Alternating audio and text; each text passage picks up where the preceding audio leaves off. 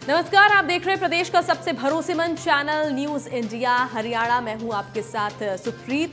आपका स्वागत है और आपको दिखाऊंगी गुरुग्राम की हर तमाम बड़ी और आपसे सरोकार रखने वाली खबर।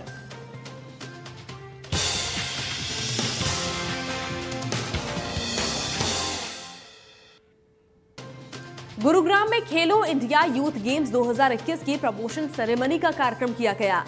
कार्यक्रम में सीएम मनोहर लाल ने बतौर मुख्यमंत्री शिरकत की।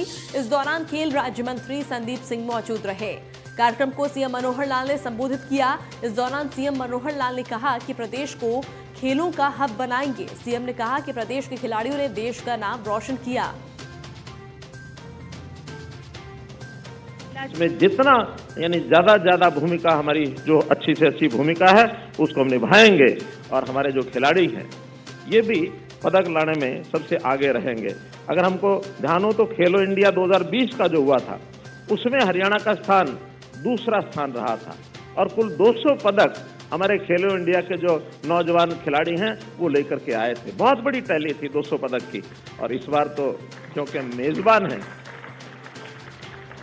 पदक तो खेल के ही लेना है, छीन के तो लेना नहीं है, लेकिन खेलने में हमारा अपना क्षेत्र हो, हमारे अपने खिलाड़ी हों, तो मैं चाहूंगा कि इस बार हरियाणा इन खेलों में प्रथम आए। ये सब खिलाड़ियों को एक उस प्रकार का असर जाता है। हरियाणा की धरती, ये मिट्टी ऐसी है, इस मिट्टी में खेल रमा हुआ है। गांव गांव के अंदर हम देखते हैं अखाड़े बने हुए हैं, खेल के छोटे छोटे मैदान हैं। मिट्टी के अंदर खेलने का, खेल खेल करके अपने शरीर को बलशाली करना, ये परंपरागत है यहाँ। और मैं तो ये कहा करता हूं कि जैसे हमारी मिट्टी कृषि भूमि है, हम कृषक प्रदेश हैं, तो कृषि प्रदेश होने के नाते से मिट्टी हमारी सोना उगलती है कृषि उपज के रूप में। वहां तो उपजता है सोना, लेकिन हमारा खिलाड़ी देश दुनिया में खेल करके सोना जीत के भी लाता है। तो सोना उगाना और सोना जीत के लाना ये हरियाणा की फितरत है। इसके अंदर हमने जैसे पदक तालिका अपनी देखी है तो उसमें टोक्यो ओलंपिक में इस बार 7 में से 3 पदक ये हरियाणा के थे। आबादी हमारी सिर्फ 2% है, देश की आबादी 130 करोड़, हम 2 करोड़ 80 लाख हैं, 2 करोड़ 90 लाख, इतना ही कह सकते हैं। तो 2 नहीं तो 2.25% है, लेकिन 7 में से 3 पदक लाना माने कितना हो गया? ये 40% हो गया। कहाँ 2%, कहाँ 40%। इसलिए मित्रों, ऐसे ही हमने पैरालंपिक में भी 19 में से 19 में 6 आए थे ना। अब तो 6 पदक माने 1/3 ये भी हमने लिए हैं। इसी प्रकार एशियन कुश्ती चैंपियनशिप जो हुई थी उसमें तो कमाल ही था, 17 में से 13 पदक हरियाणा के आए थे, सिर्फ 6 छोड़े थे हमने। एशियन खेल में इतनी बड़ी हमारी देश और दुनिया के लोग रिसर्च करने के लिए निकले हैं कि हरियाणा में इतने पदक कैसे आते हैं। जब ये ओलंपिक गेम्स हुए तो गुजरात के वहां से हमको फोन आया कि हम अपने कुछ डिपार्टमेंट के लोगों को, जो खेल विभाग के लोग हैं, उनको आपके यहाँ भेजना चाहते हैं। आप जरा उनको बताइए कि इतने पदक कैसे ले लेते हैं आप लोग। 15 दिन तक गुजरात की टीम यहाँ बैठी रही और प्रदेशों के लोग भी आके पूछते हैं। देखिए, खेलना आसान भी नहीं है, लेकिन उससे पहले शरीर को बलशाली होना। हरियाणा में दूध दही का खाना, ये एक मशहूर कहावत है।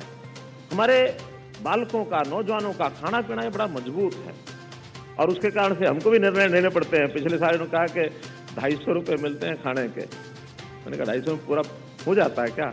कुछ ने तो कहा हो जाता है, कुछ ने कहा ना जी थोड़ी कमी रह जाती है। मैंने कमी रह जाती है, 250 को 400 कर दो। तो 400 रुपये प्रतिदिन एक अच्छा अफसर जो है वो 400 रुपया दिहाड़ी कमाता होगा, लेकिन 400 रुपये खिलाड़ी को केवल उसके खाने के लिए उसमें कमी नहीं रहनी चाहिए, ताकि वो अपने शरीर को बलशाली बनाए। बलशाली बनाएगा फिर अभ्यास करना। तो अभ्यास करने के लिए हम लोगों ने उसमें निरंतर जो इंफ्रास्ट्रक्चर है उस इंफ्रास्ट्रक्चर को भी बढ़ाया है। 526 करोड़ रुपया हमने जो है पिछले साल खेल इंफ्रास्ट्रक्चर पर खर्च किए हैं। 526 करोड़ रुपए।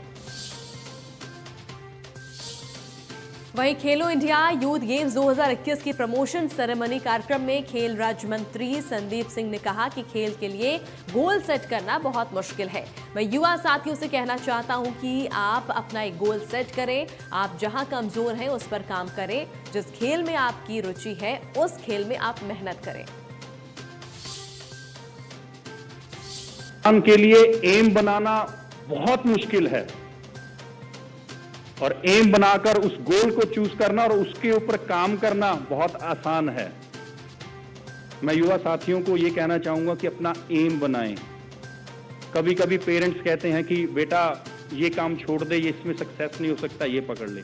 कभी कभी अपने नेबर्स कहते हैं, अपने साथीगण कहते हैं, लेकिन आपके अंदर क्या खूबी है वो आपको पता है, उसके ऊपर काम कीजिए। यहाँ कई खिलाड़ी बैठे हैं जिनको पता है कि मैं बास्केटबॉल खेलता हूँ, मैं हॉकी खेलता हूँ, मैं एथलेटिक्स करता हूँ, मैं कबड्डी खेलता हूँ, मैं रेसलिंग करता हूँ।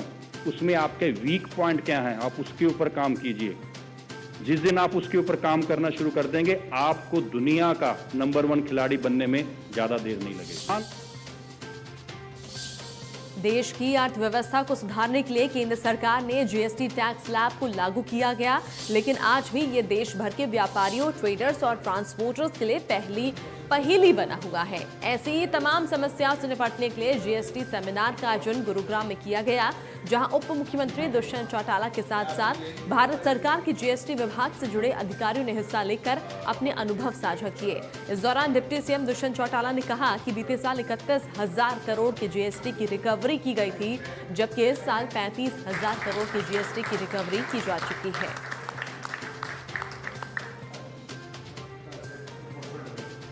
आज एक्साइज और जो हमारे टैक्सेशन पार्ट है, एक्साइज एंड टैक्सेशन का, जिसको आज जीएसटी हम कहते हैं, उसका एक पूरे दिन का सेमिनार था, जिसके अंदर गवर्नमेंट ऑफ इंडिया के जो जीएसटीएन हैं उनके भी लोग आए हुए थे और साथ में हमारे डीटीसी अबव लेवल के ऑफिसर्स थे, जिनको नई तरह से, चाहे वो बिजनेस इंटेलिजेंस के सॉफ्टवेयर हो, चाहे और डिटेलिंग की बात हो, उसके ऊपर चर्चा भी हुई। साथ में एक स्टैंडर्डाइज्ड हमने बुकलेट बनाई है, जिसमें तमाम जो प्रोसेसेस हैं उनको सिंप्लीफाई कर ऑफिसर्स को कैसे एक हैंड मैनुअल दी जाए वो शेयर करी है, जिस पे ऑफिसर्स की एफिशिएंसी भी बढ़ेगी और जो हमारा टारगेट है टैक्सेशन बढ़ाने का, उसको भी हम टाइमली अचीव कर पाएंगे। हमारा एक प्रयास रहा है कि निरंतर हम ट्रेनिंग को और बेहतर कर पाए और उसके अंदर ब्रिटिश हाई कमीशन ने हमारा सहयोग करने का निर्णय लिया है।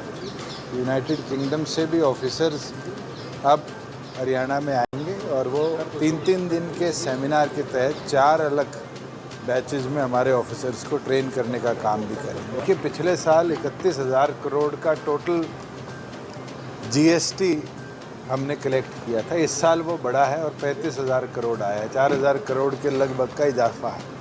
हमारा जो टारगेट है वो 40,000 करोड़ क्रॉस करने का है और वो मुमकिन जब ही होगा जो हमारी पेंडेंसी है उसको हम जल्दी टाइमली मॉनिटर कर फुलफिल कर पाएँ, लोगों से जो रिकवरी आनी है वो रिकवरी कर पाएँ, जो फॉल्स कंपनीज बनी हुई है, जो फॉल्स जीएसटी क्लेम्स लेते हैं, ऐसे लोगों को हम पकड़ पाएँ और सख्त एक्शन उनके पास ले पाए। तो मुझे नहीं लगता आज हरियाणा कोई पीछे नहीं है। उत्तर प्रदेश जैसा बड़ा स्टेट 8800 करोड़ रुपया महीने का रिकवर करता है, हम लगभग 8,000 करोड़ 8100 करोड़ रुपया रिकवर कर रहे हैं, 700-800 का डिफरेंस है। अगर हम उसको फुलफिल कर पाते हैं तो Haryana will do a marvellous job. वहीं पंजाब, हिमाचल और चंडीगढ़ में चल रही खालिस्तानी मूवमेंट को लेकर उप मुख्यमंत्री ने चिंता जाहिर करते हुए कहा कि जल्द ही इसमें जुड़े लोगों की पहचान कर कड़ी कार्रवाई की जानी चाहिए। बिल्कुल, जो इनपुट आया है कि वहाँ पर मोटर अटैक हुआ था और उसके बाद जो सीसीटीवी फुटेजेस है कि वो गाड़ी हरियाणा की तरफ गई है, तो हमारे को भी अगर नेशनल सिक्योरिटी की बात है तो अपने आप को हाई अलर्ट पे रखना पड़ेगा, क्योंकि इस तरह की गतिविधि हिमाचल की विधानसभा के बाहर भी देखी गई, जहाँ खालिस्तान के झंडे लगाए गए। और मैं तो मानता हूँ कि ये इंटरनल सिक्योरिटी को एक बहुत बड़ा थ्रेट भी हो सकता था, मगर हम इसको टाइमली संभाल लेंगे तो हम इसको बिल्कुल जो साइबर सिटी गुरुग्राम के फर्रुख नगर इलाके में एक तरफा प्यार में एक युवती पर पेट्रोल छिड़ककर आग लगाए जाने का मामला सामने आया। आगजनी की इस वारदात में युवती बुरी तरह झुलस गई और अस्पताल में जिंदगी और मौत के बीच जंग लड़ रही है। दरअसल आरोपी युवती के पड़ोस में रहता था और पिछले काफी समय से युवती का पीछा कर रहा था, लेकिन युवती की शादी की खबर जब उसे लगी तो इसने युवती के घर में घुसकर युवती पर पेट्रोल छिड़ककर आग लगा दी और आरोपी युवक मौके से युवती का मोबाइल लेकर फरार हो गया। फिलहाल पुलिस ने आरोपी को गिरफ्तार कर लिया है और उससे पूछताछ की जा रही है। 9/5/2022 को थाना फर्रुख नगर में एक व्यक्ति ने शिकायत दी थी कि उसकी लड़की उसके घर में ऊपर के कमरे में सो रही थी। सुबह 5:30 के करीब एक पड़ोस के लड़के ने आके पेट्रोल डाल के और उसके ऊपर आग लगा दी, जिसके संबंध में हमने FIR दर्ज करके और केस रजिस्टर किया। और इसमें यह भी बताया गया था कि उस लड़की का जो मोबाइल फ़ोन था उसको भी आरोपी लेके भाग गया, जिसके संबंध में इन्वेस्टिगेशन करते हुए हमारी क्राइम टीम फर्रुख नगर के सब इंस्पेक्टर अमित के नेतृत्व में टीम ने काम करते हुए कुछ ही घंटों में वो जो आरोपी व्यक्ति था जिसने इस सारे प्रकरण को अंजाम दिया उसको हमने गिरफ्तार करने में कामयाबी हासिल की, जिसका नाम जयपाल उर्फ बिल्लू है, जो 22 साल का उम्र का है और एक ही गांव के रहने वाले हैं ये। तो इसने पूछताछ पे बतलाया कि ये उस लड़की से एक तरफा प्यार करता था और उस लड़की की शादी निर्धारित थी, इसलिए इसने इस तरह का कार्य किया ताकि उस लड़की की शादी दूसरे किसी लड़के के साथ ना हो पाए। हमने इसको गिरफ्तार कर लिया है। इसके निशानदेही पे हमने जो फ़ोन लड़की का ये लेके गया था वो फ़ोन बरामद कर लिया है और आगे की इन्वेस्टिगेशन की जाए। गुरुग्राम में वजीराबाद के पास चलती कार में शॉर्ट सर्किट के कारण आग लग गई। समय रहते ही वक्त रहते कार चालक ने अपनी जान बचाई। वहीं दमकल विभाग के आने तक आधे से ज्यादा कार जलकर खाक हो गई थी।